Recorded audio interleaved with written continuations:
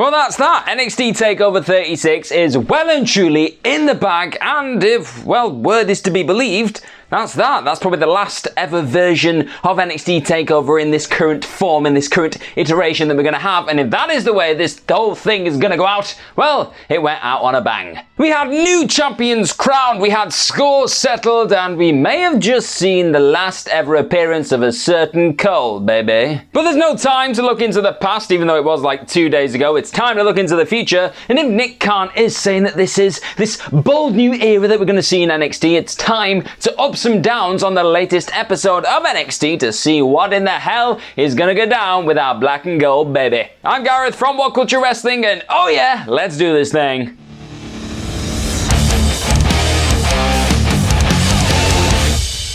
NXT ups and downs.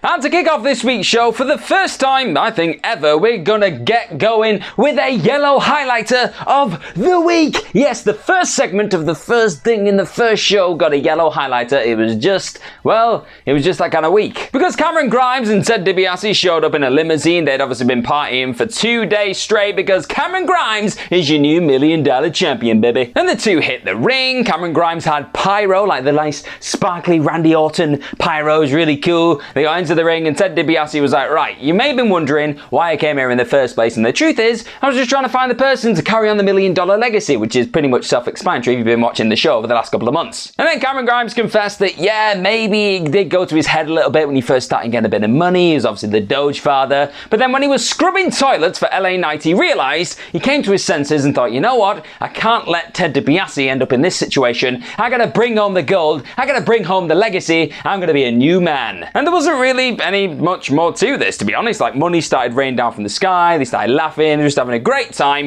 And it was just a nice moment of the babyface getting to the top of their mountain and having a jolly good time, and just completing the redemption arc. It was great. It was lovely. It's obviously all gotten up because it got the yellow highlighter of the week up. It was a good start to the week. But then smacking us in the face with the thing that I love more than life itself, you know, violence. It was Ridge Holland and Timothy Thatcher. They had a match, and it's of course going to get an up. And just a quick sidebar, I absolutely adore Ridge Holland's entrance with all the smoke, his little flat cap, his nice little club, and all the smoke. It was great. The music, I loved it. The atmosphere that was built with this guy got to the ring, I was like, he must mean business. And honestly, Timothy Thatcher was not messing around here because the two of them just got physical very quickly. It was like they were trying to take each other's heads off with every single uppercut they threw. It was just uppercut, uppercut, head, head. It was crazy. And honestly, they were just clubbing each other and slamming each other. There was a point where Ridge Holland just picked up Timothy Thatcher and threw him at the ropes again. It was like getting 2 bricks and just throwing them into the air and just watching the carnage.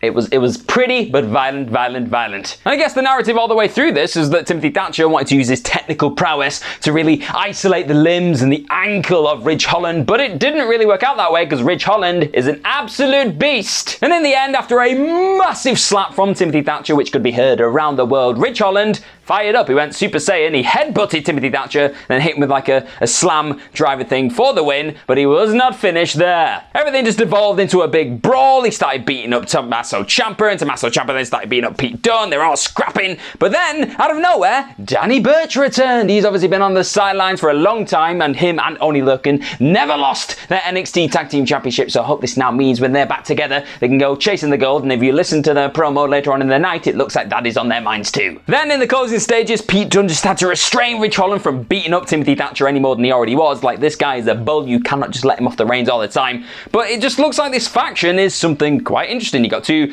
bald dudes with beard. I have no idea why I relate to them. But then you just feel like they could beat up and batter any faction on this brand right now, which is great. You need that kind of force. We've not had one since like the Undisputed Era, so I'm interested to see where we go from here. Carmelo Hayes had an interview for his NXT Breakout tournament match later on in the night, and he felt very confident. He knew that it was the biggest match of his career, but this confidence was earned out of the fact that he'd worked his ass off to get here. I believe in him. I kinda hope he does it. A quick Index interview backstage. Mackenzie Mitchell was congratulating the happy couple on the fact that they got engaged last week. We won't spend too long on that. But then she was asking, oh, when's this wedding actually going to happen? And then Dexter Lumis pulled out like a hand-drawn invite, gave it to Mackenzie Mitchell, and she revealed it's going to be going down on September 14th, which is a couple of weeks away from now. And then Indy did this weird like lean back thing where she was waiting for a kiss. Dexter obviously didn't read that because it's Dexter Lumis. He's so kooky and strange. Let's move on. Women's tag team action on the horizon. It was Kacy Catanzaro and Kaden Carter taking on Gigi Dolan and Jacy Jayne. I really like this match. It's going to get an up because in my opinion we do not get enough proper showcase matches for this women's tag team division right now, and this was exactly that. Both teams came out of it looking pretty good, better than what they did going into it, but it was obviously Kacy Catanzaro and Kaden Carter with their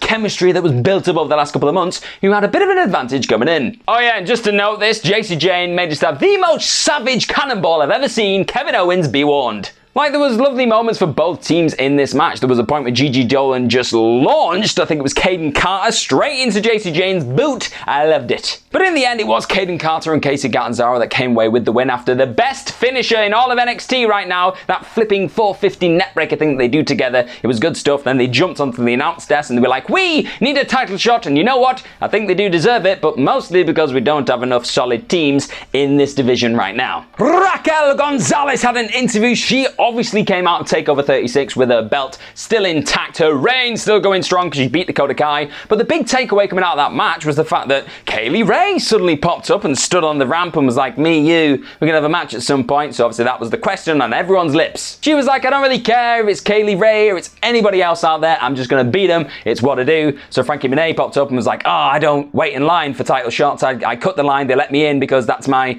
shtick, premieres, woohoo! But in all honesty, if Frankie Monet suddenly gets a title shot, even though she's not really been that successful since joining up with the Robert Stone brand, it'll all look a bit strange in my point of view. A quick Kaylee Ray video package highlighting the fact that she is the longest reigning NXT UK Women's Champion ever!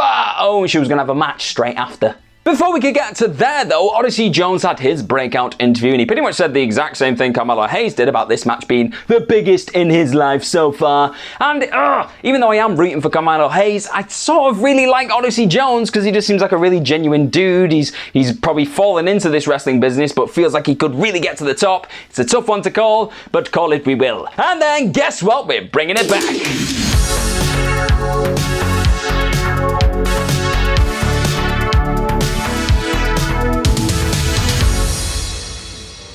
Because we did have Kaylee Ray's first match as part of the active NXT roster. She was taking on Valentina Feroz with all the feathers. And you'll be pleased to hear it was a juicy squash. Because Kaylee Ray looked like an absolute monster. She ragdolled, she yanked Feroz's arm nearly out of its socket at one point. There was like a face slam suplex that she did as well, which looked particularly horrendous. I really like this girl. I think she's going to fit in just fine on this roster. In the end though, she came away with the victory thanks to a big old gory bomb. She gets all the grapes because I can't find a melon anywhere. What is wrong with me?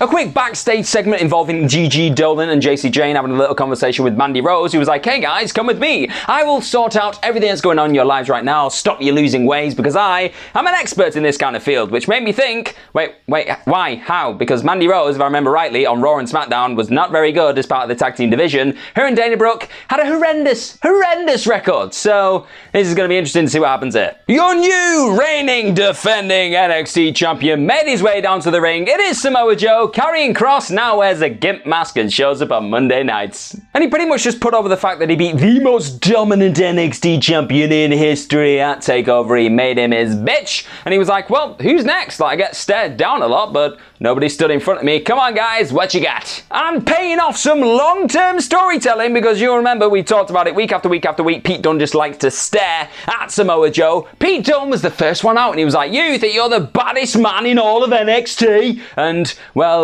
he's not because it's Pete Dunne. And just when I thought, yeah, great, this is where we're going to go. We're going to have Pete Dunne, Samoa Joe. No. That's not what we do in NXT. Because the conveyor belt started and we had all the contenders that suddenly feel like they deserve a shot. They all started showing up. We had LA Knight, who had lost 2 nights before. He'd lost his $1 million championship. He suddenly felt like he deserved a title shot, which made no sense at all. Kyle O'Reilly then limped out and he was like, I actually won my undisputed saga ending thing last TakeOver, whatever it was, so I deserve my title shot. And I thought, you know what, that makes more sense than Dunne or LA Knight. Yeah, give him the shot. But But before we could get too invested in that, Rich Holland showed up and beat the living piss out of Kyle O'Reilly. Then after that, Pete Dunne started fighting with like Tommaso Ciampa, I believe. Everyone just started scrapping. People just kept showing up and fighting, and in the end, Samoa Joe beat up LA Knight. They were just fighting and fighting and more fighting. Then Tommaso Ciampa stood in the ring next to Samoa Joe and he like stared at the belt. So I was just thinking, who in the hell is the number one contender for this title? You can bet your ass you know what's going to be coming very soon. We're going to have a number one contenders big multi-man match. That will be on the horizon. But with the talent we've got here just on show, I'm a little bit excited about that. So all in all, yes, it may have felt a bit tropey and a bit tired, but we just saw that it's a wide open game really for the NXT Championship, and that in itself gets me excited, so we're going to give it up. And then Ted DiBiase and Cameron Grimes were back, or rather they were leaving because they went out to the limousine, the $1 million limo, and Grimes was seeming like he was saying his goodbye to DiBiase, which got me a bit emotional. I was like, oh, he's helped him on his journey, but now he has to wave him off, and he gave him his $1 million championship. He was like, this is not mine, it doesn't belong to me, thank you, I will carry on your legacy, but I don't need the belt. He gave it to him, but then DiBiase was like, no, I'm going to give it you back. But no, he did not actually give it him back because he's a wily dog, this guy. Instead, he gave him a replica belt because that's just what Ted DiBiase does. And like Cameron Grimes was like, this doesn't feel right, you damn DiBiase. But he didn't scream this time like he did all those months ago. He said it with a twinkle in his eye. I love the progression. I love where we've come, how far we've come. NXT, you know what? You did me. You did me right there in the fields this week. And then Kyle O'Reilly responded to the fact he was beaten up by Rich Holland by slapping Duke Hudson in the face. That made all the sense in the world. And as you probably guessed, next week they're now going to have a fight because they started scrapping backstage. He was like, I want you. So Regal was like, you get him. And speaking of Regal, he was ringside after this because we did have the final of the NXT Breakout tournament. It was Odyssey Jones taking on Carmelo Hayes. And, well, it's no surprise here. This match is obviously gonna get an up. It was Powerhouse taking on High Flyer. It's just the kind of stuff I really get excited about, and it didn't disappoint because Carmelo Hayes was trying his best to work out, to break down Odyssey Jones very early on with kicks and chops, and Odyssey Jones just kept swatting him away because he's a big dude. But as things went on, Carmelo Hayes actually did manage to grind down Jones. He had him on the floor in like a headlock at one point for a really, really long time, and I was like, is this the way this is gonna go? He's just gonna grind him into the floor, into a paste? And that was pretty much his entire tactic, just throwing everything in the kitchen sink at Jones in the hope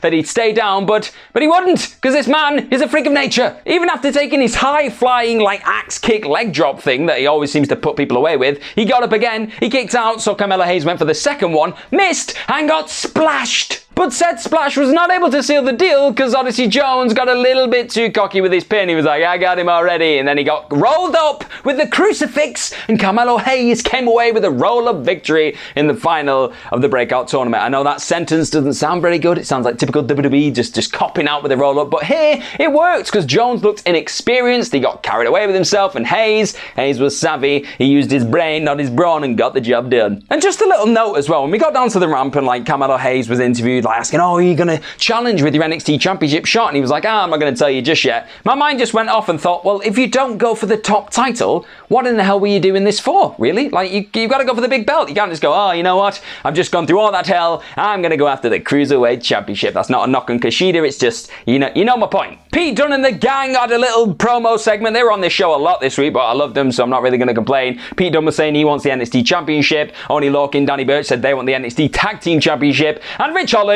just wants Tommaso Ciampa's head. Then we had Boa. You remember Boa? We've not seen Boa in a bit. Guess what Boa did? Boa got beaten in a minute down. This was looking like it was just going to go in the standard direction of a Boa match right now, where he just pummels everybody. Mei Ying does like a weird thing, spits venom at people, and then he wins the match. That's the way it was going. But then Mei Ying stood up and like made a gesture, and then Boa was like, I understand the gesture. And then Zion Quinn, the guy who he was against, obviously this jobber guy, out of nowhere just hit him with a forearm and pinned him. That was it. Game over. And then after this, the commentary team were like, oh, Mei Ying's not going to be happy about this. And I was like, she was the person who distracted him. What is going on with Tiancha? Look, I get it. Xia Li's injured right now. She's on the sidelines. That's not great. Not good timing. All the rest of it. But we must have better plans for this team than just like focusing solely on Xia Li. Like, is there no other direction we can go? And if that is the case, maybe it's just wiser to keep them off television, because this was not a good look. And then it was time to step into my office because Johnny Gargano had a thing or two to say to William Regal. And more specifically, his first line earned himself a nice whopping 75% on the Gargano meter, because he said, where there's a William, there's the way. You get it? Oh, I love a pun. And Johnny was pretty much saying that he needs to stop this wedding happening. Like, we can't have this wedding on NXT. And I was like, yeah, Johnny, I relate. I empathize so much, man. Johnny is the babyface we all need right now. But Regal was like, nope, I'm all for love. They found each other in NXT. They're going to get married in NXT. So I hope to God that William Regal is the priest who marries them, or else I will riot. LA Knight then suddenly walked in. He was like, I'm really annoyed that Samoa Joe attacked me. And Johnny Gargano was like, he didn't knock. And then they started squabbling and get thrown out. And now they're going to have a match next week. Like, that's all you need to do to get in a feud with people nowadays. Just shout really loudly in an office. Malcolm Bivens had a really cool little diamond mine segment after this, where he was in the mine, he was in the gym, like you could see all the pads and the boxing bags and everything else, and he was like, right, I'm going to show off right now the fact that my client is giving a masterclass right now in grappling and wrestling, and he's going to have an open challenge next week to prove that he's more of a champion than Kushida is, even though he doesn't have the belt right now, he will one day. And then before long, it was time for the main event of the evening. It was Hit Row taking on Legado del Fantasma, and I am so conflicted about this, because the match, I loved it. The match is getting an up, but the finish, it's going to get a down. I would explain all. Because this thing's been simmering and bubbling for weeks and weeks and weeks right now. We've seen masks burned, we've seen grills popped out of your face, we've seen fights outside, and people get Rey Mysterio lawn darted into shutters. It's been insane. So as you'd expect, Legado del Fantasma came straight out of the gates. They didn't even let the bell ring, and they were beating up Top Dollar. There was just loads of carnage on the outside, and then eventually the bell did ring, and then we got underway. Really quickly, in terms of this match itself, just in isolation, Ashanti Adonis is my MVP because there were some monkey flips he did here. It looked like he was going to kick the person through the roof of the CWC. The guy is a freak. And there were a number of just insanely cool moments in this match. Our Top Dollar do like a triple... I don't know what it was. It was like a triple-headed thing where he threw Santos Escobar over and then did like the world's strongest wasteland, according to Wade Barrett. It was just a freakish show of strength. And then Top Dollar also did a flying senton onto the field on the outside. Actually, you know what? Scrap what I said. Adonis was great, but Top Dollar was my MVP here. But this was all leading to a bit of a hectic closing stage because B-Fab distracted Santos Escobar. She grabbed his heel just as he was looking to maybe seal the deal for Legado. And then behind her, Elektra Lopez just popped up. We've not really seen much of Elektra Lopez. She just popped up and she was like, hey, distraction. Then she hit B-Fab with the lead pipe. And then Elektra Lopez threw the lead pipe into the ring, and Swerve Scott was like, oh, what am I going to do with this? We can't use this. This is going to get me disqualified. And then he got rolled up for the win, and it was a roll-up, but it was a very different kind of roll-up to the roll-up that we saw in the Breakout tournament. So this kind of roll-ups obviously got down. It earned the down that we're going to get for the closing stages. Because it felt like it just rendered the match a bit obsolete. We've not really worked anything out here. We've just added an extra unit to Legado, Elektra Lopez, which is great. It's even the odds. Yeah, cool. We can have another mixed gender tag match down the line, but it just felt like you'd wasted 20 minutes watching this match because you were like, well, it was a cheap finish, so it doesn't make Legado look stronger and it makes Hit Row look weak. I don't understand why we do these things. I'm sure the feud will continue, which will be grand, and my goodness, if we don't get to a North American Championship match between Swerve and Santos sometime soon, I'm going to pull what remains of my hair out. But the match leading up to the finish was pretty fun, so I've no doubt that they will deliver something good down the line, but in terms of the ending, it left a bit of a sour taste in my mouth. I don't like doing that. I'm going to end this week's NXT ups and downs on a bit of a downer, so the show itself, it was okay. In terms of a follow-up to TakeOver 36, it wasn't anything special. I don't think we've seen any massive grand changes like we were promised. Obviously, they're going to be coming over the next couple of weeks, so they weren't going to do them all in one night, but the future looks bright to a certain degree because you got Carmelo Hayes winning the Breakout tournament. But those have been your ups and downs for this week's NXT. Let me know what you think of them in the comment section right down below. Don't forget to like this video, share the video, and subscribe to all things WhatCulture Wrestling, and follow myself on Twitter at gmorgan04, and follow everyone here at WhatCulture at WhatCulture WWE. But more importantly, the future looks a little bit uncertain right now for NXT, but one thing you can always guarantee is your boy in his cream t-shirt with his slap head is always going to be here to talk crap about it. Bye bye!